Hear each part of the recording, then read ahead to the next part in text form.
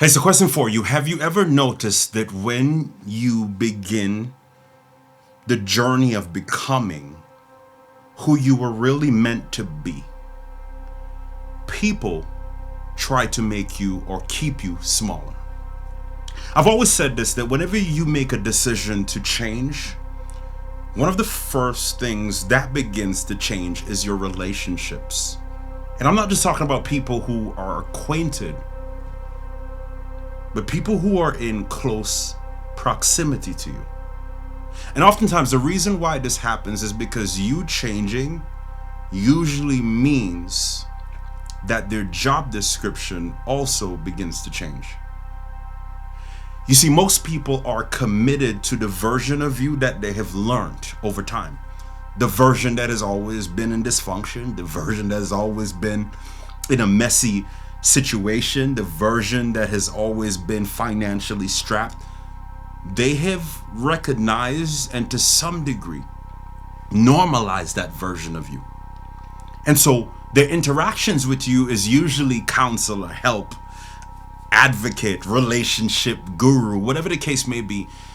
And the moment you begin to change, the moment you no longer acquiesce to or subscribe to that way of living, what ends up happening is that their job description now changes. And you see, when people are really for you, they're actually happy and they celebrate that change because that's the desire that they always have. But when they're for how you benefit them, that becomes a lot more difficult for them to subscribe to. Because who am I if you no longer are the problem? Who am I if you no longer need me to give you advice for your life? And so most people attempt to shrink you, not necessarily because they despise you, but maybe because they don't understand you.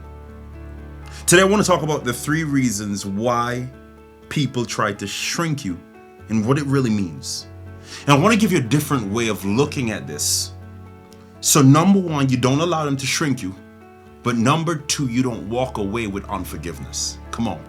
It's so critical to release people when necessary, but to not hold on and to not harbor to the unforgiveness that will eventually hold on to you. And I want you to hang around because the last principle, the 3rd principle, is one I don't think most people even think about as to why people try to shrink you. Principle number 1, write this in your notes if you're taking it. People shrink what they cannot define. Come on. People will shrink what they cannot define. What I want you to understand is that humans have to categorize something to understand it. And most of what they attempt to categorize has to have context based on their experiences. So people are constantly trying to look through the lens of their experiences to try to fit something in the box of the experience in order to categorize it. Well, what happens when your uniqueness, your authenticity, who you really are, cannot be categorized in their experiences? Then what I've found is that unintentionally and even sometimes unknowingly, they reduce you. I wrote it down this way. Your authenticity can feel unfamiliar to people who have never experienced it before. And what we have to understand is that when people feel unfamiliar, when something feels unfamiliar to people, they will attempt to reduce it in order to understand it. So what I found is that so many of us are not operating in our uniqueness. We're not showing up bold, not arrogant, because we are afraid of either losing people or we're afraid of one of the greatest fears, which is the fear of criticism. What are people going to think about me? Could you imagine one day sitting down and seeing a huge screen with you as the leading actor. And the life that this leading actor, you, is living is not the life that you actually lived. It's the life that you could have lived if you didn't allow people to dilute you simply because they can't digest you. Principle number 2, we're moving here. People shrink you through the limitations of their lens. Let me say it again. People shrink you through the limitations of their lens. I don't wear glasses, but I want you to imagine if I had on a pair of glasses.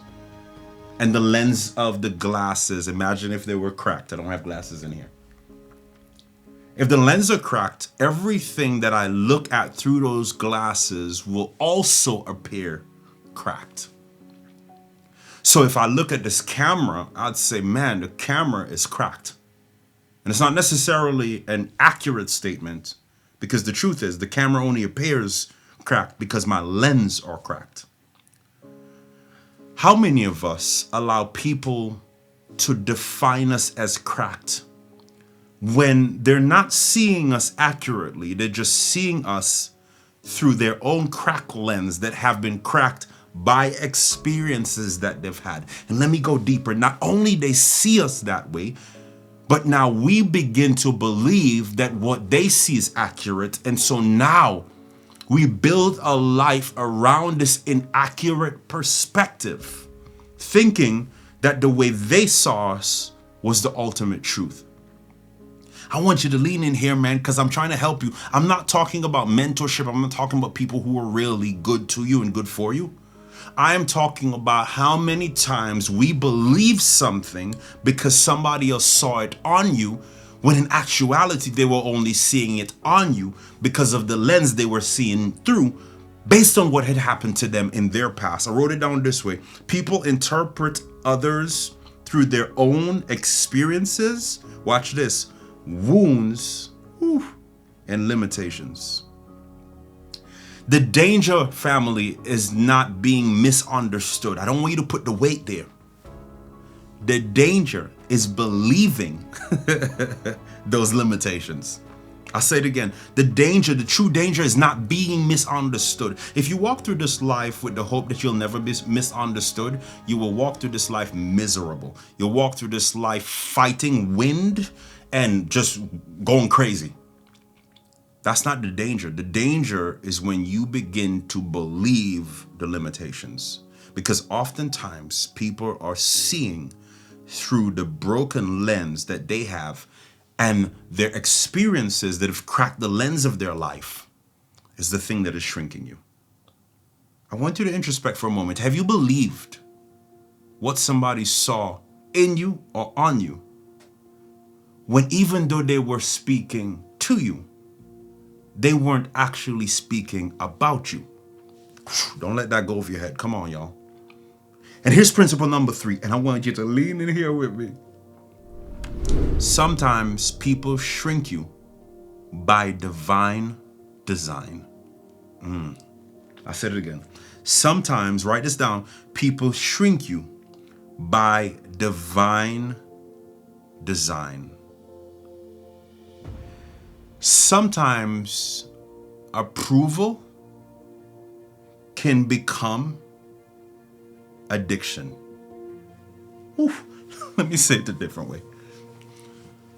Sometimes you can be so addicted to approval that you begin to reject assignment. And if we're not careful, oftentimes people seeing us at one level will stop us from going to the next level that can ultimately unlock fulfillment and contribution at scale.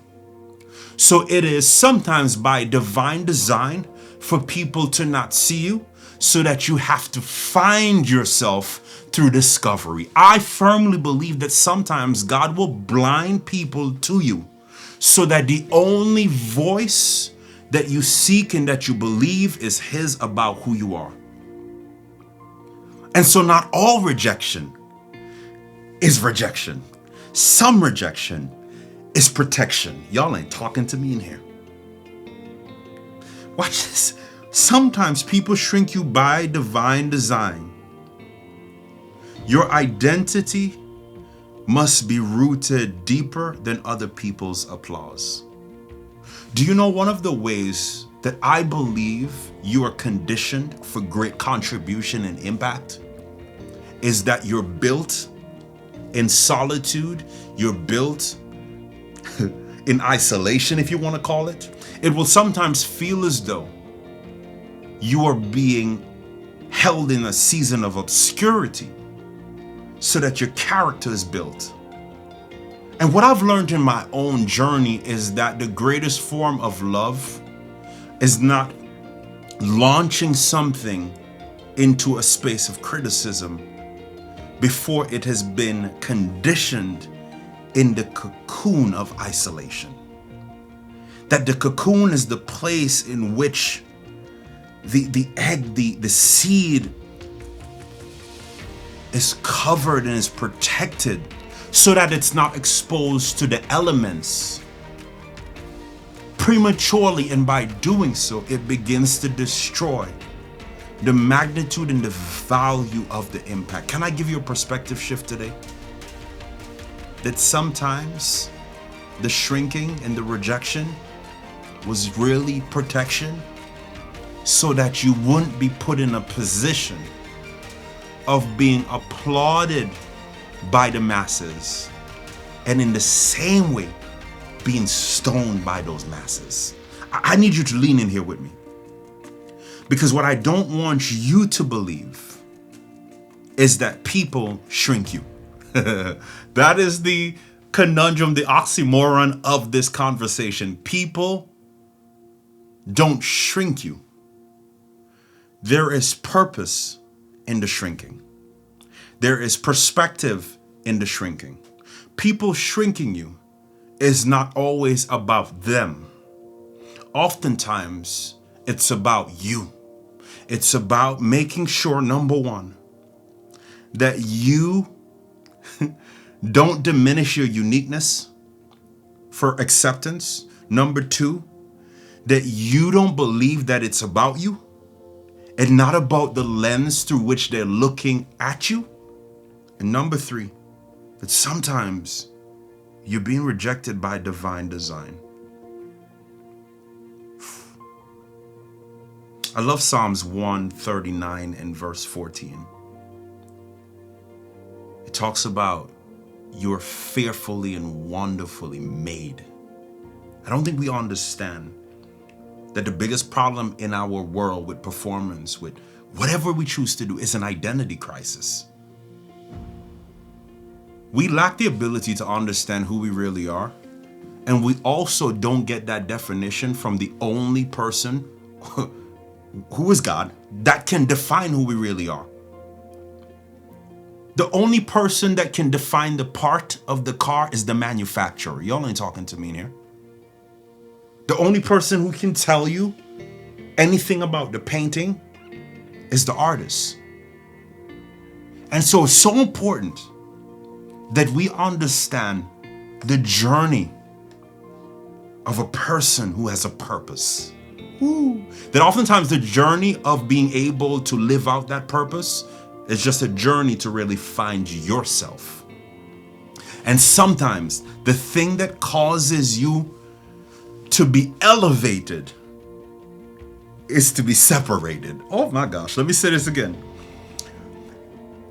That being misunderstood and mistreated is oftentimes the way that we get to the place of knowing who we really are without the applause of people. Sometimes being accepted by the masses is to be rejected by your destiny. To please everybody is to please nobody. To make everybody happy is ultimately to hurt yourself. It is not about shrinking. It's about becoming. And oftentimes, the way that we get to the place of becoming is to be rejected by what we wish would have accepted us. Y'all ain't talking to me. I just want to shift your perspective, because when we shift our perspective, we unleash our power. And I know the paradox of power says that you can have power but not always feel powerful, but not feeling it doesn't mean you don't have it. Today, don't allow people to dilute you because they can't digest you. Principle number 1, people shrink what they cannot define. Number 2, people shrink you through the limitations of their lens. Number 3, sometimes people shrink you by divine design. So how do we respond to this, Jovan? Respond with gratitude. Because the stone that the builders rejected has become the chief cornerstone. And if your mind can conceive this and your heart will believe it, then your hands can create the life, the impact, the legacy you desire. I'm grateful for every person and every place that rejected me, because the rejection is protection. Hey, what's up, difference maker? Jovan Glasgow here, and from the bottom of my heart, I want to thank you so much for stopping by my YouTube channel. You know, this is where you come to gain the clarity, confidence, and influence that you need to level up in your impact. And my heart's desire, my mission is to see you achieve the pinnacle of your purpose, to live a life that is fulfilling in every single area. So make sure you subscribe, make sure you turn on your bell notifications so that you are notified whenever I drop new content. I can't wait to see you again on the next video. And until then, stay empowered.